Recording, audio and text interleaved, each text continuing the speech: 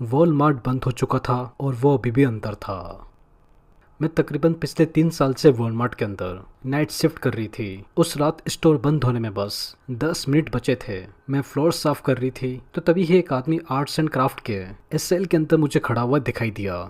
जो कि अब यहाँ पर अजीब बात ये थी कि स्टोर लगभग बंद हो चुका था एंड अंदर कोई भी इस टाइम पे कस्टमर होना ही नहीं चाहिए था। तो बस मैं उस आदमी को देखते ही उसके पास गई और उससे पोलाइटली कहा कि स्टोर अब बंद हो चुका है, so you please come tomorrow. तो उस आदमी ने मेरी ये बात सुनते ही मुझे मुस्कुराते हुए ये कहा कि बस एक लास्ट चीज लेनी है, उसके बाद मैं चले जाऊंगा।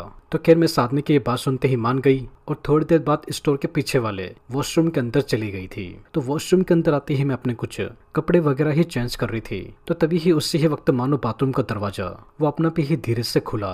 मुझे लगा कि मेरा कोई कोवर्कर होगा। मैंने उसका नाम लेकर उसकी आवाज लगाई पर मुझे कोई भी जवाब नहीं मिला।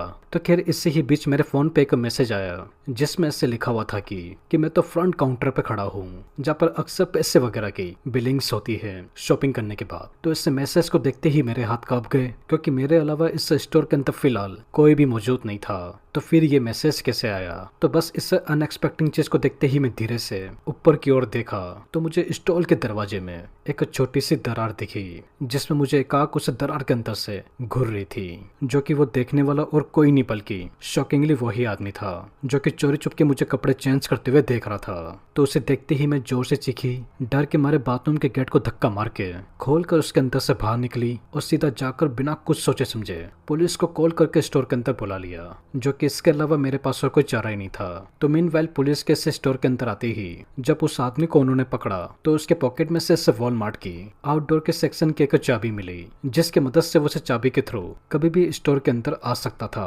एंड वो आदमी मेरे साथ कुछ भी कर सकता था। वो तो मेरी किस्मत अच्छी थी कि मैंने मौके पे ही उस आदमी के कुछ करने से पहले ही पुलिस को बुलाकर उसको अरेस्ट करवा दिया था, वरना मैं आज आप सभी को ये कहानी नहीं सुना पाती क्योंकि ये एक रियल लाइफ बेस्ड कहानी थी जो मेरे साथ ईयर 2012 में घटी थी।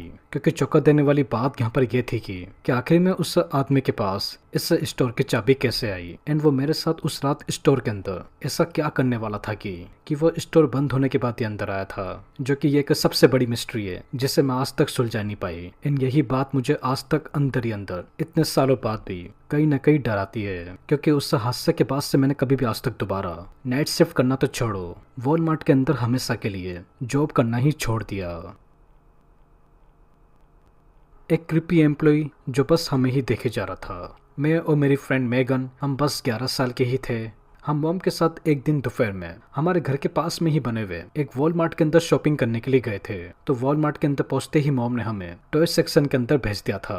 तो टॉय सेक्शन के अंदर आते ही हम अपने लिए कोई टॉय पसंद करते तो तभी ही उससे ही बीच एक वॉलमार्ट के अंदर काम करने वाला एम्प्लॉय हमारे पास आया जिसने हमको देखकर मुस्कुराते हुए पूछा कि आपको कुछ हेल्प चाहिए। वेल पहली नजर में तो देखने में सब कुछ नॉर्मल लग रहा था, लेकिन कुछ मिनटों बाद ही वो दोबारा हमारे पास आया, जो कि इस बार उसने बिना वजह मेरे कंधे के ऊपर हाथ रखा और फिर धीरे से मेरी पीठ पे हाथ फेरने लगा, जो कि सही में काफी चौंका देने वाली बात थी क्योंकि जब वो मेरी पीठ पे हाथ फेर रहा था तो तब मैंने उसकी तरफ देखा तो वह आदमी मेरे तरफ देखकर स्माइल कर रहा था, जिसे देखते ही मेरी रूह कांप गई थी क्योंकि उसके इरादे मेरे को लेकर कुछ ठीक नहीं लग रहे थे। तो खैर मैंने इस बात को इग्नोर करते हुए बिना किसी को कुछ बताए हम उस स्टोर वाले सेक्शन से निकल गए थे।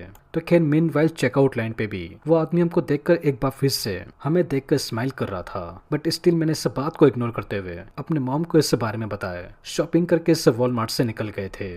तो खैर एक हफ्ते बाद स्कूल में लंच के दौरान मैं अपने फोन में इंस्टाग्राम ही चला रही थी तो उससे ही वक्त मैंने देखा कि एक अननोन यूजर के अकाउंट से मेरी हर फोटो पे शॉकिंगली कमेंट आ रहा था। तो मैंने उस अननोन प्रोफाइल को खोला तो उसे खोलते ही मानो मेरी एकदम से सांस ही अटक गई थी बिकॉज वो अकाउंट और किसी का नहीं बल्कि उससे ही वॉलमार्ट के अंदर काम कर रहे एम्प्लॉय का ही था जो अब मुझे इंस्टाग्राम पे आकर स्टॉक कर रहा था। वेल अब यहाँ पर डरा देने वाली बात ये थी कि उस आदमी को पता नहीं कैसे मेरे इंस्टाग्राम अकाउंट को यूजर नेम उसको मिला, क्योंकि ना ही तो मैंने उसको अपना नाम बताया था और ना ही मैंने उसको अपना इंस्टाग्राम का यूजर नेम। तो खैर मैंने उस आदमी की प्रोफाइल देखते ही बिना कुछ सोचे समझे उसको इमीडिएटली ब्लॉक कर दिया, जो कि यही एक ऑप्शन था मेरे पास। वेल उस दिन के बाद से आज तक मुझे फिर दोबारा कभी भी उस आदमी का कोई भी दूसरी प्रोफाइल से रिक्वेस्ट नहीं आई, जो कि एक बहुत ही अच्छी बात थी। बट अब रही बात उस वॉलमार्ट की, तो उस वॉलमार्ट के अंदर मैं कभी भी दोबारा पिछले 15 सालों से मुड़ के दोबारा नहीं गई कि क्या पता वो आदमी अभी भी मेरा इंतजार कर रहा हो, किसको क्या पता। एंड बस इसी के साथ ही हमारी ये स्टोरी फिलहाल के लिए ठीक इधर ही एंड हो जाती है। अब दोस्तों, अगर आप सभी को ये एनिमेटेड स्टोरी अच्छी लगी हो तो चैनल को सब्सक्राइब किए बिना एंड वीडियो को लाइक किए बिना बिल्कुल भी मत जाइएगा, क्योंकि हम अपने आने वाली वीडियोस के अंदर ऐसी ही और क्रीपी एंड स्कैरी स्टोरीज लेकर आते रहेंगे। तो वेल, तब तक के लिए take care and peace out.